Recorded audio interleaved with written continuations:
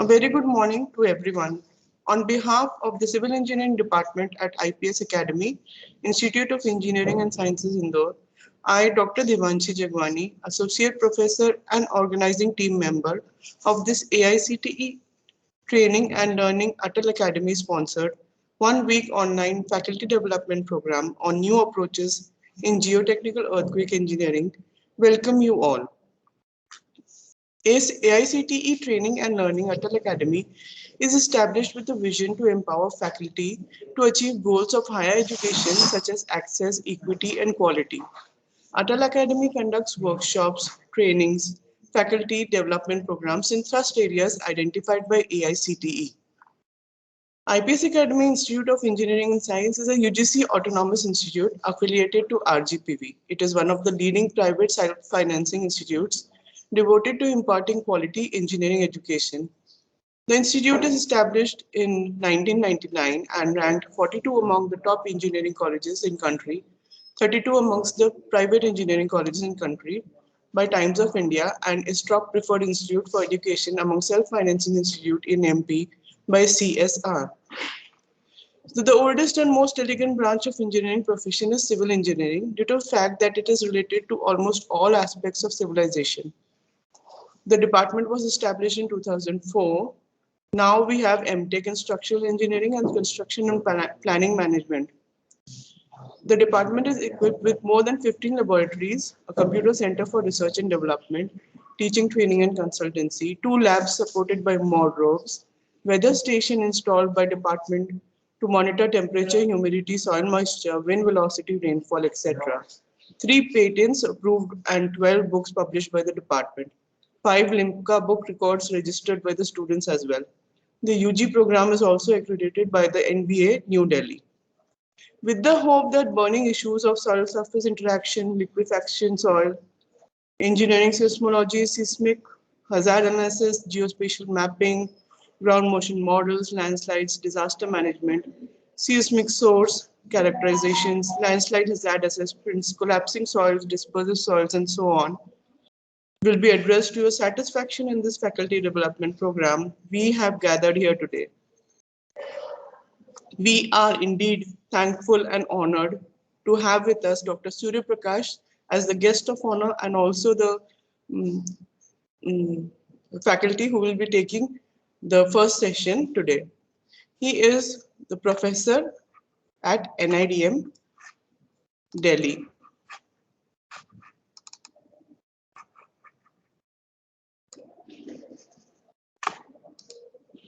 Should I start? So 1 second, I'll be just sharing the slide. You just need to give you a short introduction. So we have Dr. Surya Prakash as the faculty for first session today. He is the professor at NIDM Delhi. He is doctorate in the field of earth sciences. He has pursued his career at Central Building Research Institute, IITR JNU, New Delhi, also at Wadia Institute of Himalayan Geology, Forest Research Institute, and Vellore Institute of Technology. He is leader of IPL 172 project under International Program on Landslide and is coordinating Indo-Japanese Action Plan on Landslides and Disaster Management as part of intergovernmental cooperation. His areas of interest are landslides, avalanches, earthquakes, floods, tsunami, GLOFs, LLOFs, dam bursts, mining disasters, community-based disaster risk management, damage and loss assessment, disaster safe hill area development, and environmental management. We are honored and privileged to have you with us today, sir, and thankful that you could take out time from a busy schedule. I request Satyaprakash, sir, please take over the session, sir.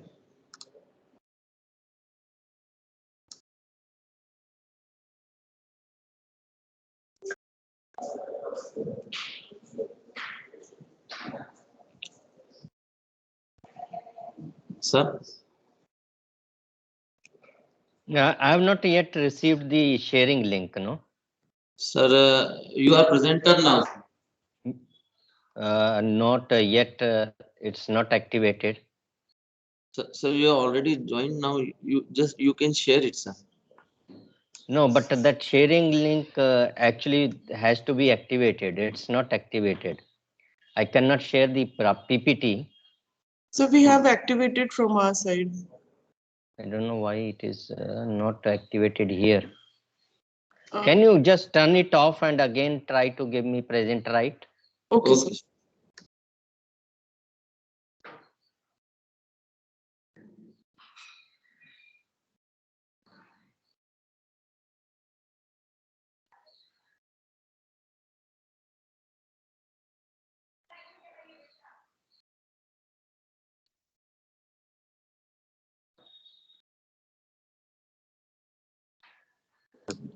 So So is please it check coming now? No.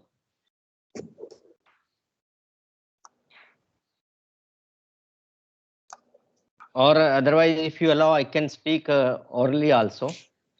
Sir, Because So we request you to please log in again if possible. sir, now again, please check, sir. not still not. It's saying only your meeting organizer and presenter can share. Am I there on the presenter list? Yes, sir. You are in the list. Then why it is not activated? Just a moment, sir. Yeah, let me try if it works. Otherwise,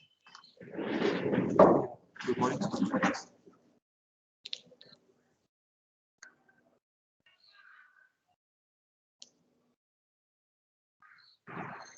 Yes, sir. I have made you yeah, present. now it is activated. Now Yeah. it is activated, I think. Yes, it is activated. Are you able to share your screen? I hope now, are you able to see my PPT? Yes, sir. Okay, then thank you very much. And good morning to all dear friends. And thanks to the organizers for providing me this opportunity to share my views. Let me tell you that for geoengineers and geoscientists, geohazards are very important area. I have not restricted my presentation only to landslides because this is the first presentation on the overall theme. So I tried to cover the major concerns of disaster management with respect to the geoengineers and geoscientific communities. And these include earthquakes, landslides, tsunami, volcanic activities, shoreline erosion, and landslides.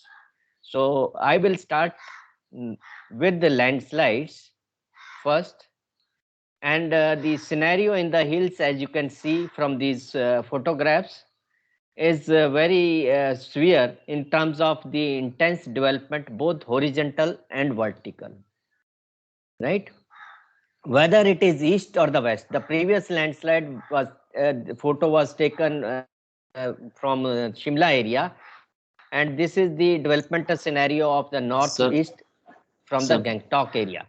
And whether there are traditional structures or the currently made the beam and column and beam structures. Sorry, sir, to interrupt you. Actually, sir, excuse me, sir.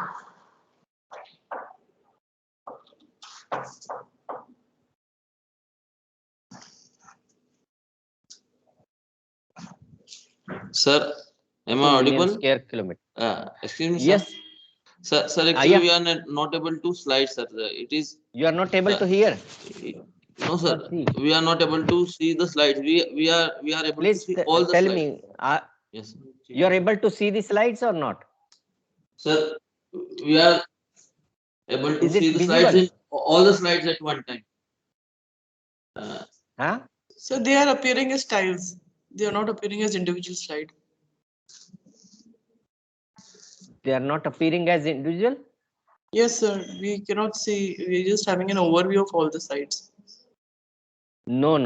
Actually, let me open it again. No.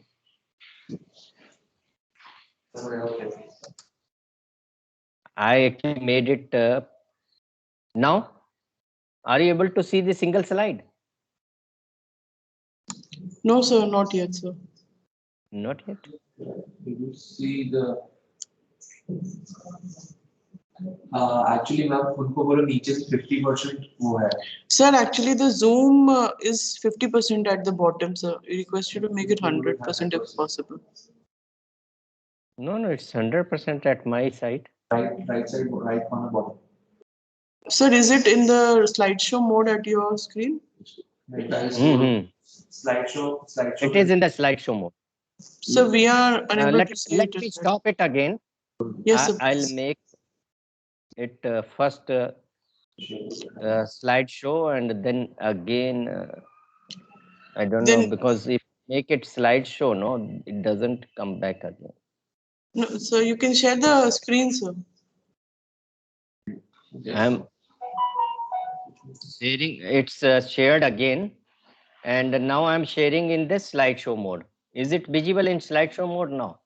Visible as tiles. No, so it is visible in the tiles mode. That we can see overview of all the slides. These are the tiles select कर लिया उसके side Why? में. Why? तो Why it's showing the other side, which is not Sir, there? sir, actually at the bottom, there are three options. Yes, sir. Now, Now you can is see. it Yes, sir. Yes, sir. Now is it's it in visible. slideshow mode? Yes, Yes. sir. Okay, okay. Thank you. Uh, So I was showing you these photographs which I take long back from Shimla and Gangtok, just to give an overview of what is the kind of developments that we are doing in the hilly terrains with respect to the concerns related to landslides and also the distribution of landslides across the country and the kind of spread and area covered by landslides. If you look into this area of 0.42 million square kilometer, it is almost equal to the total area of Japan or Italy, where most of the landslides have been reported. In India, we have reported around more than 60,000 landslides, but in Italy, they have reported more than 6 lakh 25,000 landslides within this total area of their country. And in our country, almost 19 states they have been affected, and 65,000 villages, amounting to an economic loss of about 1 to 2 billion rupees. And these are the scenarios. I'm just showing you one of the cases from 2003 in Uttarkashi district of Uttarakhand state, Varnavat Hills, just a day before this photograph was taken and a day after. So the whole natural aesthetics of these areas, along with you can see the most of the development in terms of habitation and also the highways are towards the foothills. So therefore, they have very high risks in terms of the materials overriding on them. And in fact, in this particular landslide, 400 buildings they got affected, and also our national highway, which is also our strategic road, got affected along with several other elements. I'm showing one of the close-ups of this landslide where three major hotel buildings of 4 stories they got buried underneath this land. This is photographed just a day before, taken before the they were engulfed. You can see day after.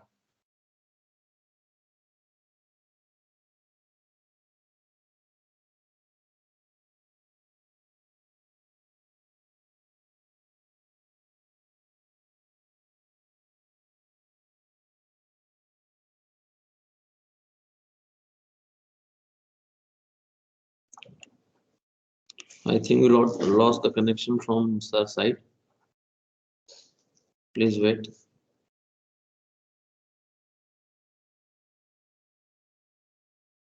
Is that we are meeting, and very important and emotional a school building. So not only the domestic buildings, the commercial buildings, but also the educational and health buildings, which are our priority, are also getting affected. And this is because the building had a landslide from the back, and it killed almost 18 children on 18th August 2010, between the age of 5 to 12 years. So that is the kind of scenarios. The children were sent to the school for education and they got killed. And due to changing climatic conditions, landslide, which took place from 3rd to 5th of August 2009, actually killed more than 140 people. So these are the kind of situations that we come. Mansyari landslides at La Jhekla, where 43 people were killed. And these people, they are actually getting buried alive under these landslides. And we not only these habitations, whether in the urban areas or the rural areas, as well as all kinds of structures, but also the infrastructure like railways, they also getting affected. Not only the railway line, but also the heritage. This is a toy train line at Darjeeling area, where a landslide happened underneath the railway track, and it is hanging in the air. So these are kind of risks that we find to all types of structures, infrastructure, heritage, and the recent events. You remember the 7th February 2021, early morning at around 10:30 a.m. when this Chamoli disaster took place. And recently during this year, there were Chembur and Bikrori landslide where more than 30 people got killed. And in Himachal Pradesh, at Batseri, we 13 people along with the bridge structure which was connecting link also got destroyed with it. And Nainital landslide as well as the Kokyar landslides at Kerala. So all these landslides are just an example of how the landslides have been affecting our country. Now I'm showing you the distribution of earthquakes. We'll take up few more things afterwards for land, what we are doing in terms of our no, resilience and resistance of these kind of events, as well as the strategies and guidelines that we have released. So now we come to the earthquake distribution. You know, we have four zones which are listed over here from 2 to 5, and more than almost about 60% of our country's territory is affected. And these are few major earthquakes which I have listed. Sir, At please the excuse, sir. So sorry to yeah, disturb you. Sir, actually, again, with the slides have got stuck, sir. They are not moving. it is stuck. Yes, sir, At they are not my end, changing. it is moving. So we can see only the third number slide, sir. Oh, I think some problem with the PPT. Uh, then it's better, that I should present it otherwise. Let me express because time is running short. Already 14-15 minutes we have lost, and I'm bound with the time constraint. So let me share my views with you overall, because I can share my views otherwise as well. See, I wanted to show you the field scenarios which we have witnessed. And most of these slides which I have shared with you are my personal slides where I have been personally involved. So, but somehow because of the technical constraints, we are not able to show you all that. But the major concern that I wanted to share with my professional friends is that in terms of our safe development and resilient development, which is one of our goals under National Policy on Disaster Management, which was released on 22nd October 2009, we have to actually consider all risks, multi-hazard approach, and also develop a culture of risk assessment, prevention, mitigation, preparedness, and efficient response. Now, these would be possible if we will follow the priority actions which have been defined under the Sendai framework for disaster risk reduction. Now, what is this Sendai framework? Let me tell you. This Sendai framework was actually declared in 2005. From 14th to 18th of March, we had the third World Conference on Disaster Risk Reduction, where around 6,000, more than 6,000 delegates, they have come together, and almost 195 countries participated in that conference, and where they declared four priority actions. The first priority action was the understanding disaster risk, because if you don't understand the problems, you cannot find a solution. So understanding disaster risk was the first priority. Then second was, if you understand what are the risks, their types, their level, their distribution, their frequencies, and severity, then you have to devise solutions to reduce those risks, either avoid, prevent, or mitigate, or to respond against that risk. For that purpose, we need a good governance system, administration and governance. So second priority action was strengthening disaster risk governance. That was the second priority. The third priority was investment in disaster risk reduction and resilience. The third priority, because no action is possible without investments, without finance. So the Sendai framework desired the nations to allocate budgets for disaster risk reduction and resilience. And the fourth one was, there are only four priority actions: build back better. Now, build back better and the early recovery and good recovery practices. That means whatever events have happened in the past, what I was trying to show you through the various examples is what happened in the past or the recent times, to learn from them. Why did it happen? And why did we face those consequences? So that we do not repeat our mistakes. As there is a Czechoslovakian proverb which states, misfortunes enter when window is left open to them. That means we are leaving some space for these disasters to happen and affect us. So we do not have to repeat those mistakes. And this point was also highlighted subsequently after the Sendai framework.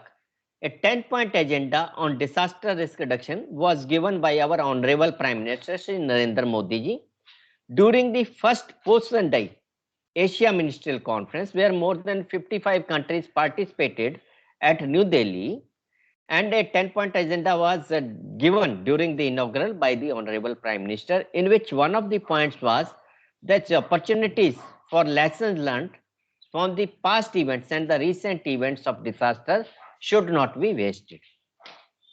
So therefore, these events are very important for our records and for lessons to be learned from them, and also to pave our way forward toward a safer and resilient nation. Okay. It also includes our efforts which have again been taken up subsequent to this Sendai, jointly with United Nations.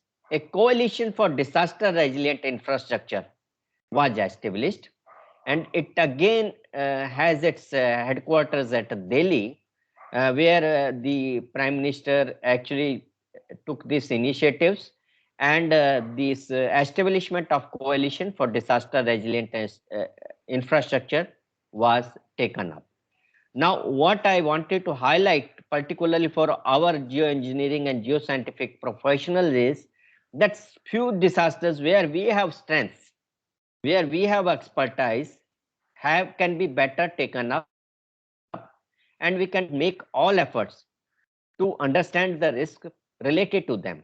Now, I talked to you about landslides. Landslides are not just a new phenomena, because these are natural phenomena which have been happening on this earth since time immemorials, because whatever has gone up is likely to come down, and the force of gravity is always acting upon them.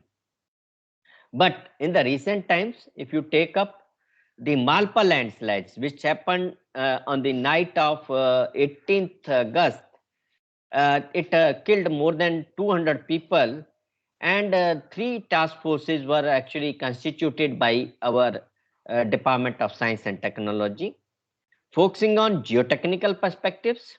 One.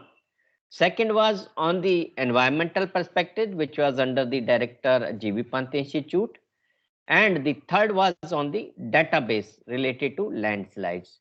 So these kind of task forces, they did prepare their reports. And since the 1990s, the United Nations also declared an international decade for natural disaster reduction from 1st January. This was declared on 22nd December 1989. So from 1st January 1919, we started working on these disasters, which included these type of geohazard events as well. And while we were working, we came across a major earthquake of magnitude more than 6 in Uttarkashi area, where more than several thousands of buildings they got affected. And I was the one who got involved with those teams which were sent for damage and loss assessments, particularly pertaining to educational and health buildings. Along with there were 9 structural engineers who were involved. There were 10 persons who were sent to those teams. And we found that not every building is affected. There are certain type of buildings and locations of the buildings which are more affected than the other buildings. So it was very important to take key lessons from that event, that the particularly the buildings which were constructed of random rubble materials, RRBs, and also located over bedrocks of random rubble materials, they were more affected compared to the other structures which has an adequate foundation and proper construction. So that gives us a lesson. Even the oldest buildings, we found furols, which were in existence for more than hundreds of years, also registered the impact of that earthquake, showing the design practice and construction practices which can actually save us from the impacts of the earthquakes. So that means it's not only the forces of the nature, but also the anthropogenic interventions in terms of our developments, which are important. So these are things which we have to know out. Then about the landslides also, we have witnessed that, for example, if we are able to find the precursors, for example, I can cite you the example of Varnavath landslides, where we could notice even before the actual event happened, the widening of the cracks and the likelihood of the landslides. So people were evacuated and we were able to save lives, although it was not possible to save the damage and loss which got incurred due to the damages to the buildings and the highways. But however, life is most important. That is one of the priority under 7 targets which have been defined under Sendai framework for disaster risk reduction. I would like you all to go through that Sendai framework. It is available on the websites of United Nations as well as on NIDM and DMA as well as NDRF. So you can see nidm.gov.in where lots of publications you can find. Then the third most important from our Indian perspective was the tsunami, which happened on 26th December 2004, the Boxing Day, and it killed also thousands of people and inundated the coastal areas and damaged a lot of buildings and infrastructure. So now what we have to look into is the perspectives from the early warning. Can we actually notice the precursors of such events and predict them timely so that people can be evacuated and their lives can be saved? The second is that if we cannot avoid those areas, the development in those areas, then what kind of practices do we need to adopt? There are several codes which are available in Bureau of Indian Standards, which includes 1893 and also several other similar codes which can be utilized. So we can try to follow those codes, and also the new building construction codes which has been released in 2016 also gives a good guidance regarding different types of hazards that are likely to affect our construction activities and how we can try to actually mitigate those hazards.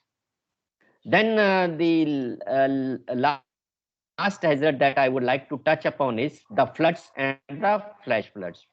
I was talking to you in the beginning, somehow I could not show you the recent flash flood which happened in Chamoli and also affected a major hydel project at Tapovan and at Rani village. And more than 200 people, almost 204 people, they got killed under that flash flood, which was actually triggered because of a massive rockfall event along with the glaciate body, which later subsequently resulted into a major debris flow along the Rishi Ganga and the Dholi Ganga river valley. And these are the kind of events which are actually reminding lessons to us. किसी शायर ने कहा है कि जगाना आता है उसे कई तरीकों से, दरों पर दस्तक देने खुदा नहीं आता, पड़े रहो सहमे हुए यूं ही अगर हवाओं के पर बांधना नहीं आता. So these disasters we would take as reminding calls to us as professionals,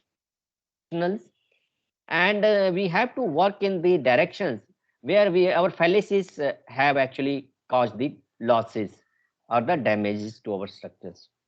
So there are a number of events which have been happening, which subsequently, yeah, anything, anybody else? Am I audible? Yes, sir, you are audible, sir. Please continue. Okay, some sound. If I take in terms of earthquakes, which are also because of our territorial activities, where we have active tectonic faults and also the weak geologies, many earthquakes happen. If I talk in terms of these sequences, I remember in my personal experiences, after the 20th October 1991 earthquake, which happened in the early morning at about 2:53 a.m. in Uttarkashi, we had another earthquake in Latur, which happened. And then we had an earthquake in 1995 in Shimla, followed by an earthquake in Jabalpur, which took place in 1997. So number of earthquakes which have happened, and then in 1999, again on 29th March, we had an earthquake in Uttarakhand and Chamoli area of magnitude 6.8.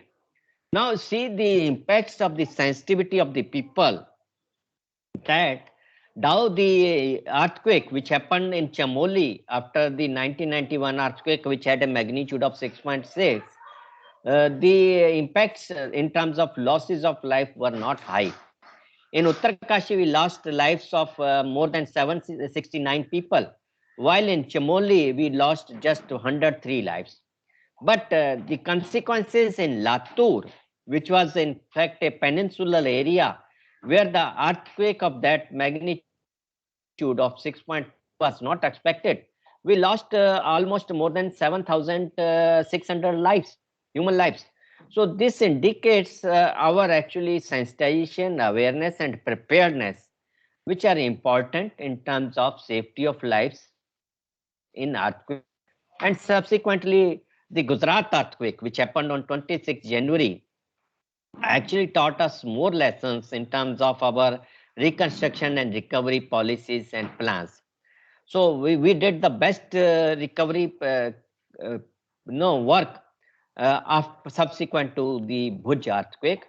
And then the earthquake which happened in Kashmir area, Muzaffarabad earthquake on 8th October 2005, and then Sikkim earthquake, 18th September 2011.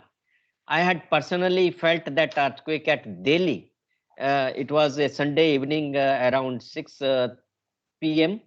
When this earthquake happened, and it also again caused lot of landslides. So when we are talking about earthquakes, I would also like to pass a message that it's not just the earthquake, but along with the earthquake, several landslides are also taking place in the hilly terrains, which becomes an obstacle and hindrance in our operations as well. So we have to actually work on the earthquake triggered or earthquake induced landslides as well, so that we can actually manage the problem of disasters in a multi-hazard perspective. So there are some other earthquakes which our forces have worked, which also includes the earthquake which happened in March, on 11th March 2011 in Japan, where our forces, and that earthquake in fact turned into a triple disaster.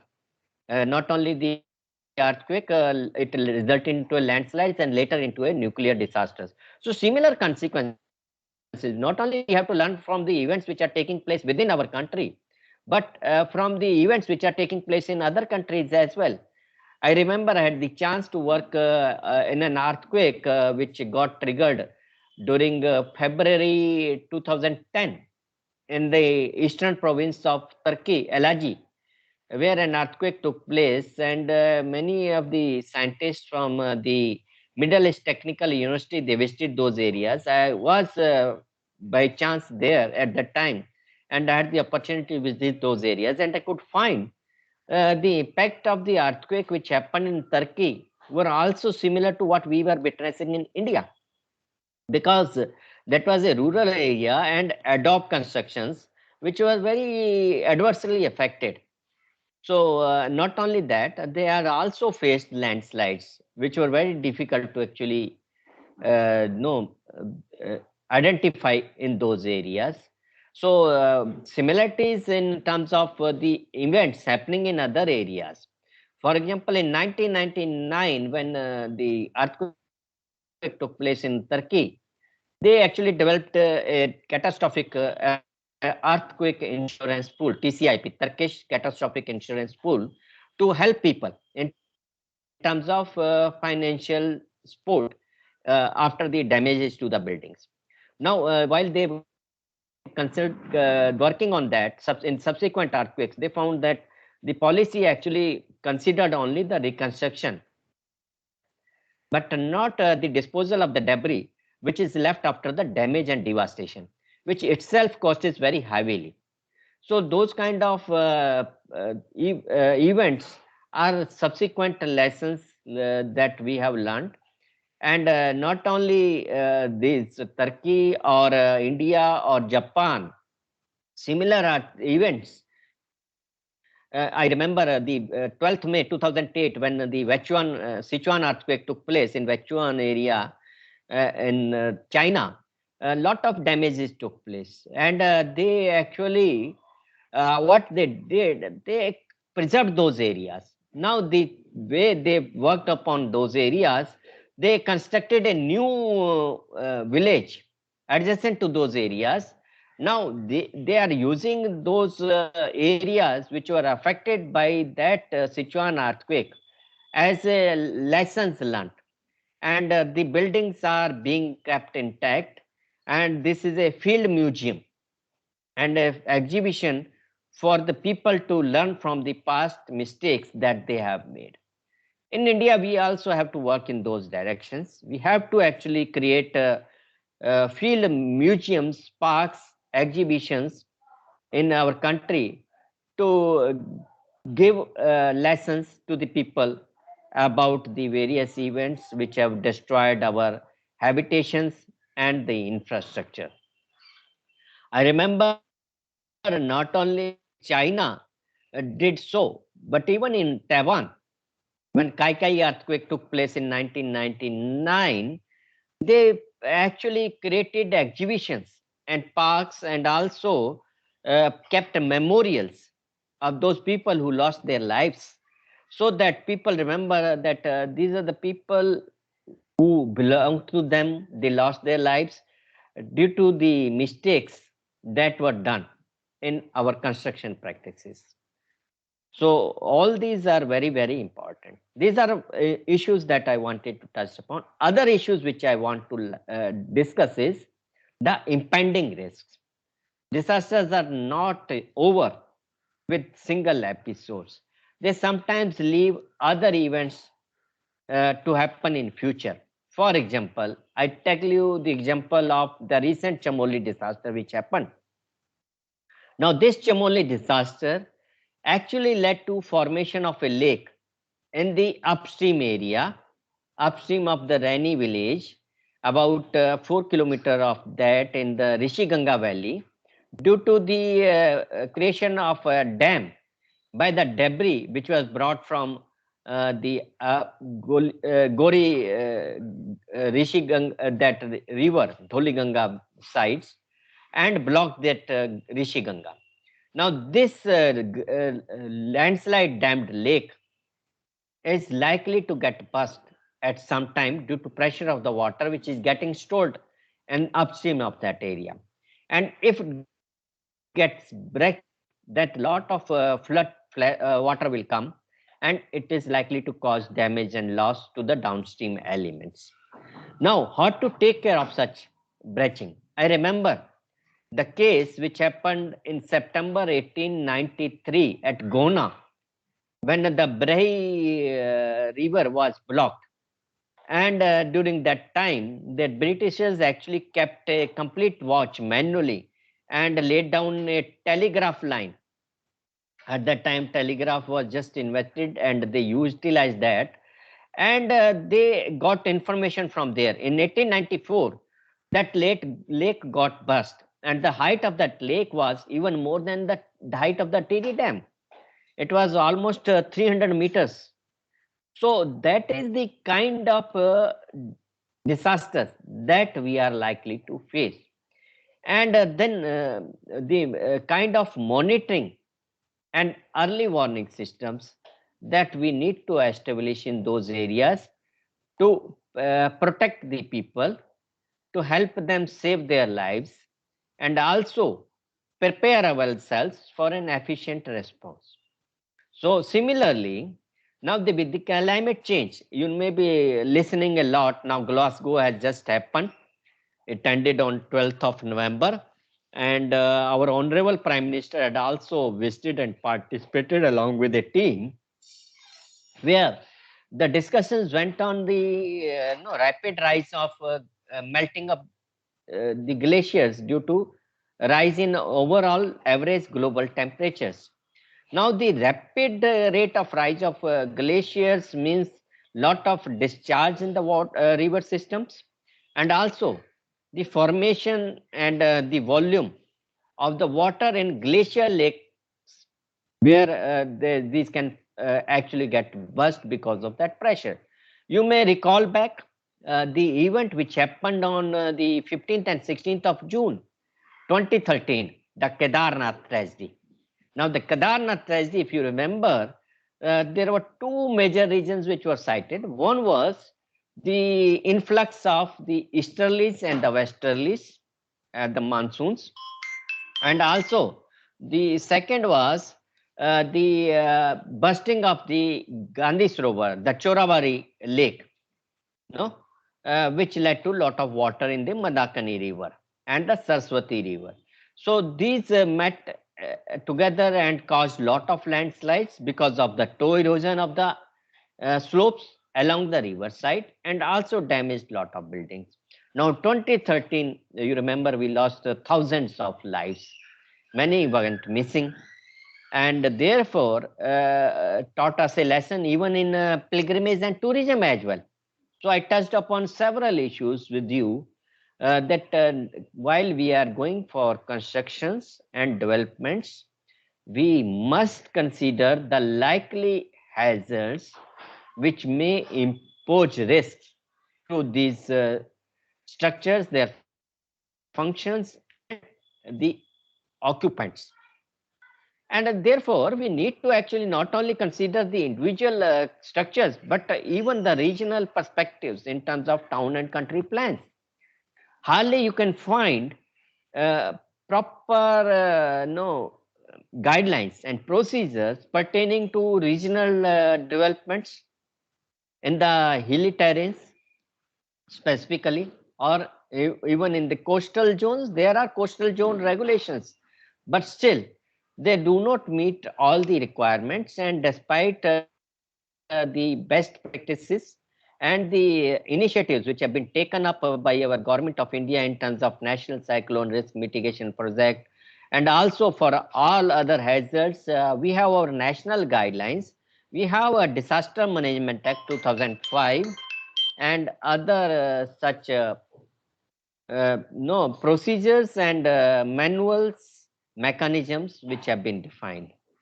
So, but still, we have to go a long way ahead, and our destination is far because several milestones to be achieved before we can actually become disaster-free and resilient nation.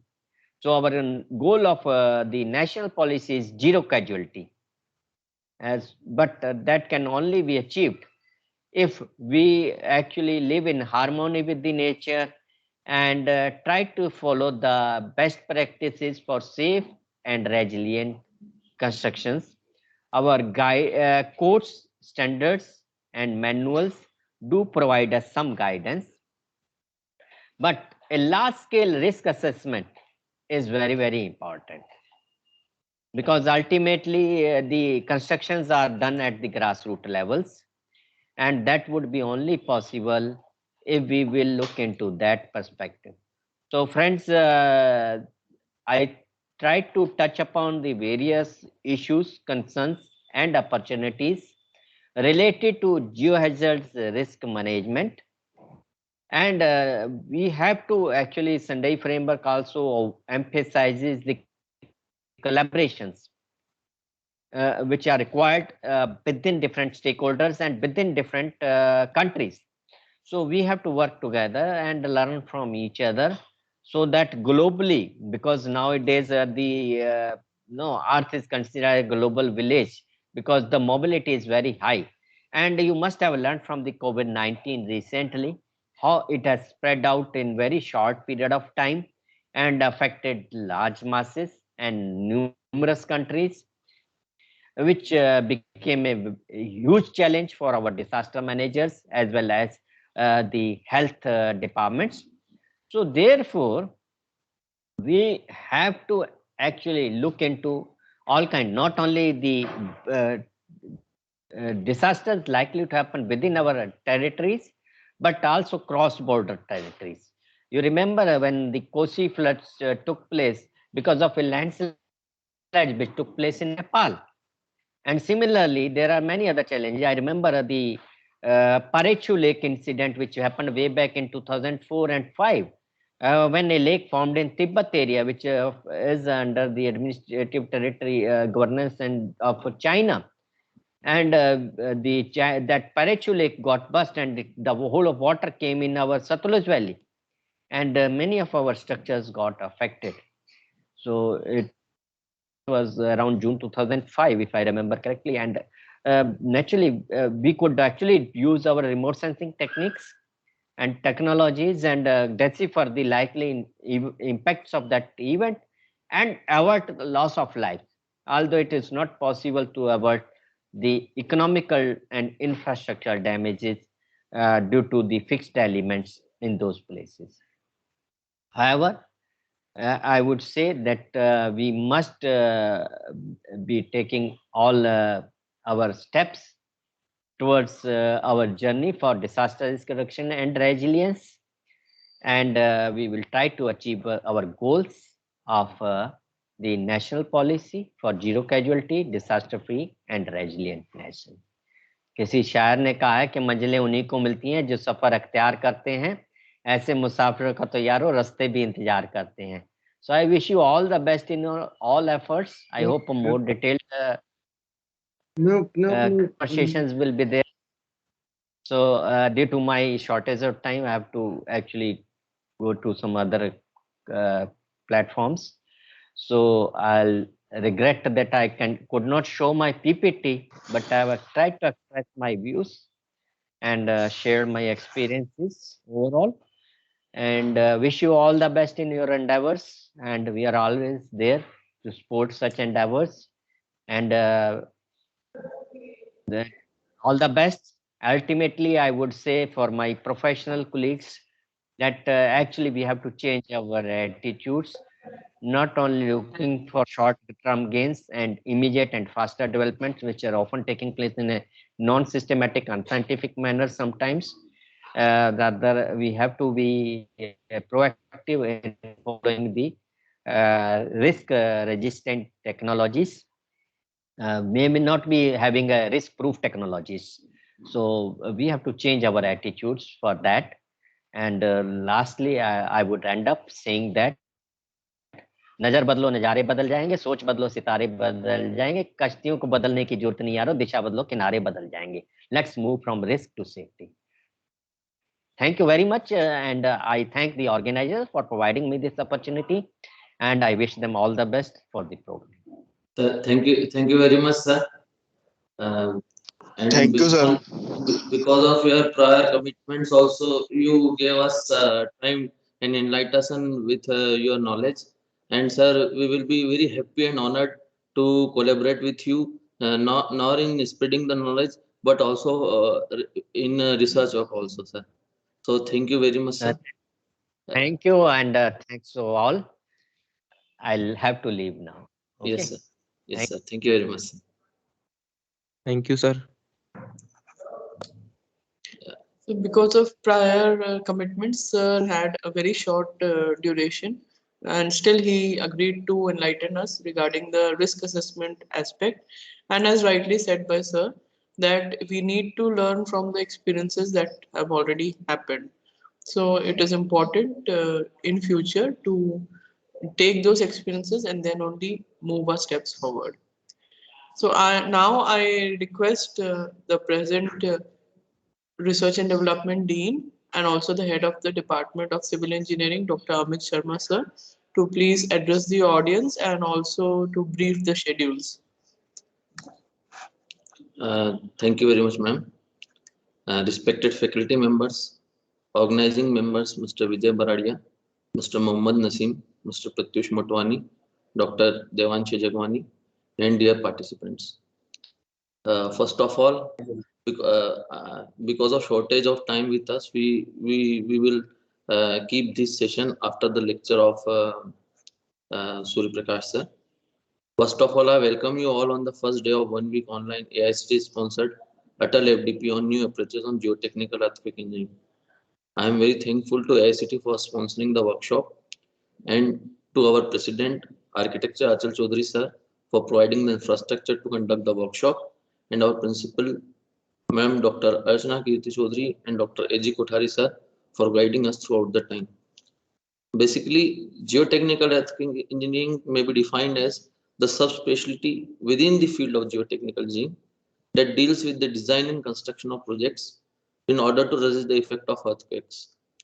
It is observed that large concentration of damage in specific areas during an earthquake is due to site-dependent factors related to surface geological conditions and local soil altering seismic actions, which we have seen in many earthquakes that because of liquefaction, all the structure just get dumped into the soil.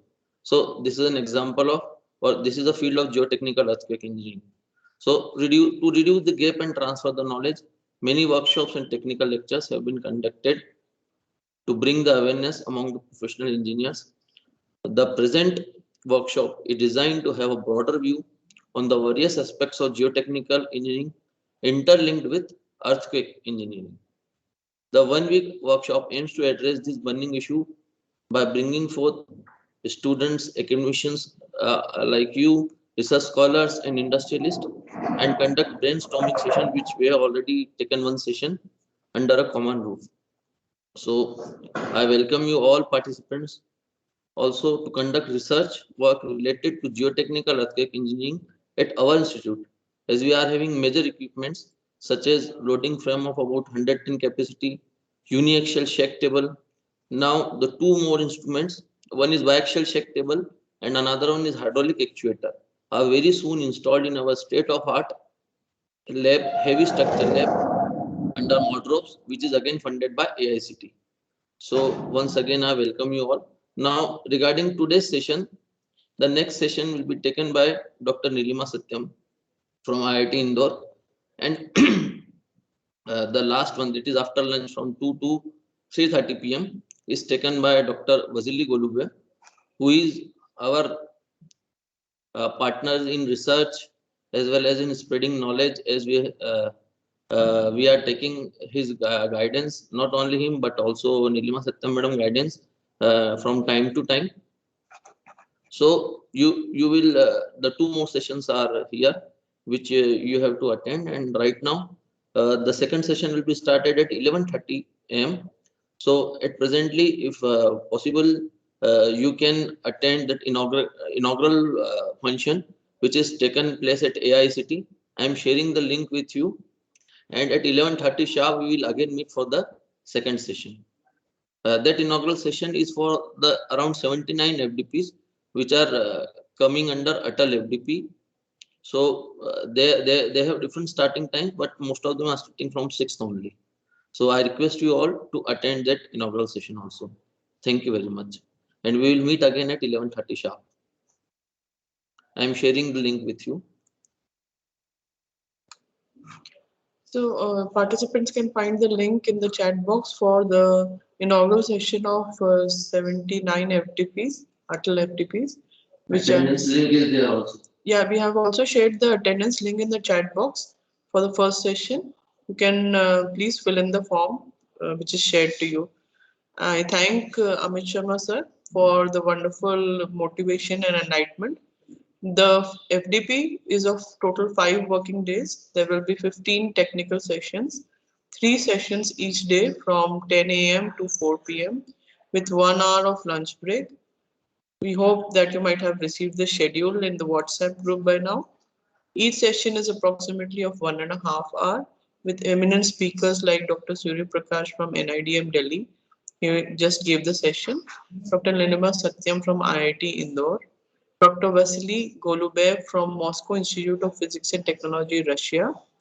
Dr. Aditi Singh from the Sarla Birla University, Dr. Pankaj Bajaj from NIMS University, Jaipur, Dr. Khare from SGSITS Indore, Dr. Manoj Chaitanya Sanghvi from LD College of Engineering, Ahmedabad, Dr. Tarun Rajak from SSIPMT, Raipur, Dr. Hemant Kaushik from IIT Guwahati, and Dr. Aditya Parihar from Thapar Institute of Engineering and Technology, Punjab. At the last day, there will be valedictory followed by assessment as instructed by AICT Atal. Participants are requested to maintain attendance of at least 80%, and in order to obtain certificates, you must score at least 60% in the assessment on final day.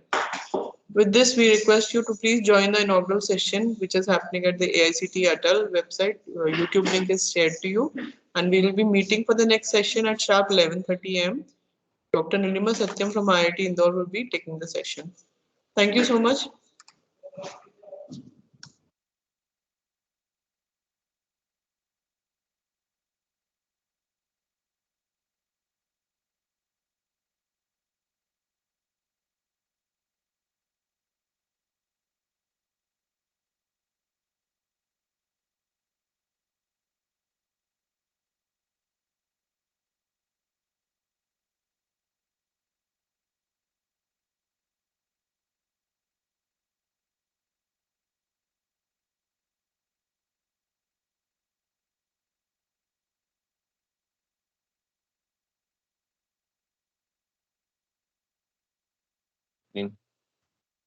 ऐसा बदल सकते हैं क्या background?